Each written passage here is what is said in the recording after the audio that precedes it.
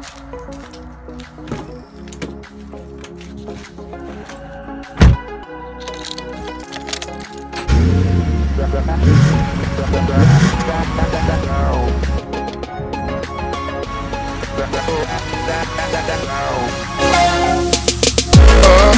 Garage here. Today we are working on the Vectra. Found that there's a bit of a power steering issue, so I'm going to show you where the power steering pump actually is. This is an electronic pump, 3.2 litre V6 Vectra. It's a CDXi, which was a GTS in Europe. So first thing we've done is that there's two clips on the front bumper here and here.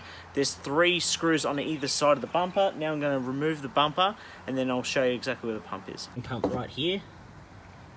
That's the canister for it. That's the electronics pump there. So it's actually located on the right hand side of the car. I'm just trying to work out a way to get to it at this point, and once I do I'll let you know, but I need to get that cap off to fill it up because I can't even tell how much liquid's actually in there, so I guess we'll find out once I open it. So when you're ready to fill it up, this is a little bit dirty now because I just realised that I took this out after I filled it up, but as you can see that's the top down there. Try and focus that. So that's the top of the thing. I've just put in this metal pipe to fill up the fluid. So you basically fill up the fluid, then you check down the side here, your minimum max. This was way below the minimum, so we filled that up. Then lock your cap on. It's just pretty much a straightforward normal cap.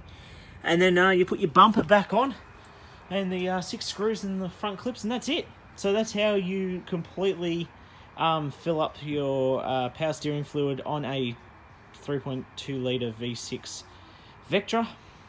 So it's hidden under there, and I believe some of the other Vectra, Saphira and Astra models had it hidden under here too. So it's pretty straightforward. Just there's 2 clips on the front here and then 3 screws down the side, and that's it.